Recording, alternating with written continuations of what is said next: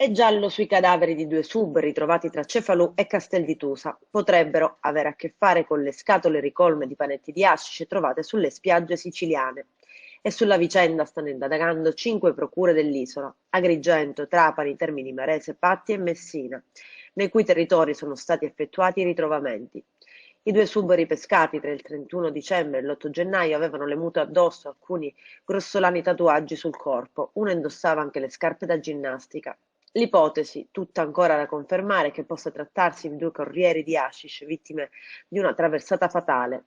Non risultano esserci però denunce di scomparsa nei naufragi di barche a vela o da diporto. L'ipotesi degli inquirenti è che questi due morti, recuperati a 30 chilometri di distanza l'uno dall'altro, si trovassero sulla stessa imbarcazione, che stava trasportando un grosso carico di hashish finito in mare. Ad avanzarla, aprendo le porte a un mistero nelle acque tra Sicilia, Sardegna e l'Africa, è il procuratore di Patti, Angelo Cavallaro, che coordina le indagini sul ritrovamento nel Messinese di uno dei due cadaveri.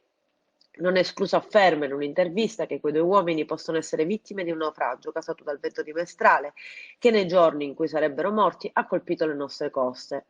L'altra ipotesi è che i due siano caduti in acqua da un'imbarcazione in difficoltà e che anche la droga ritrovata poi in tre diverse spiagge sia finita in mare. Ovviamente stiamo parlando di ipotesi tutte da verificare. La droga dello stesso tipo e confezionata allo stesso modo è stata scoperta nei giorni scorsi sul litorale di Capodorlando, nel Messinese, in una frazione balneare di Castelvetrano, sulla spiaggia di San Leone ad Agrigento. In tutto 166 kg di hashish, o forse anche più, in panni e sacchi di juta. La droga preparata per galleggiare è del valore di 1 milione di euro. Per quanto riguarda i rinvenimenti di scatole piene di panetti di hashish nell'Agrigentino e nel Trapanese, il procuratore capo della città dei Templi, Luigi Patronaggio, aveva negli scorsi giorni fatto sapere che la procura di Agrigento avrebbe accentrato le indagini anche sui rinvenimenti fatti sulla costa di Castelvetrano e Marsala, oltre che su quelli dell'Agrigentino.